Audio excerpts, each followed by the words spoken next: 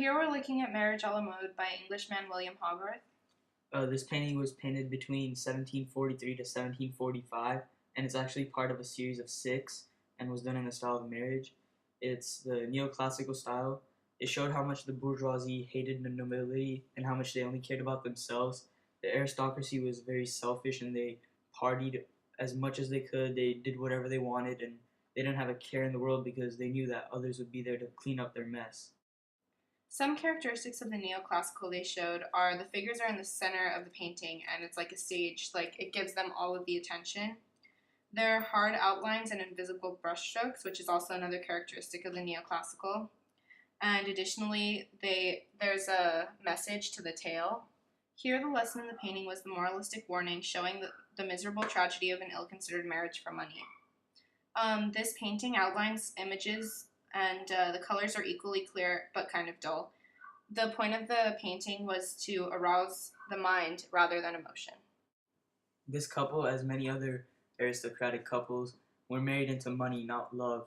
Yeah, I agree with you. Their marriages were driven more by greed than by love.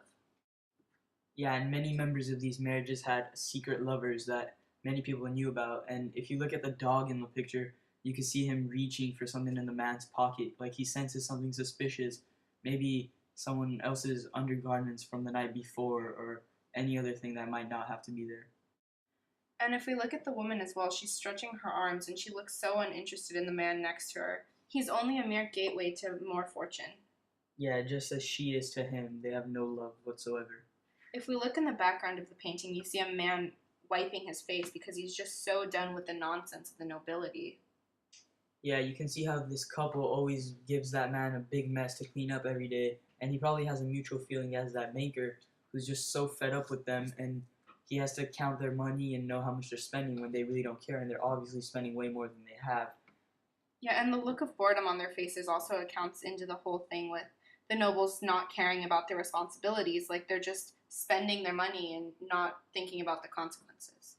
And if you look at the top right-hand corner, you'll see a small clock showing the afternoon, showing how they were very involved in late night activities, and they just didn't have any care at all. They were just focused on fun and not what they were supposed to be doing. Yeah, and if we look at the foreground, we also see like how the room is just a complete mess, and that just shows how that household affairs are just like completely like out of whack.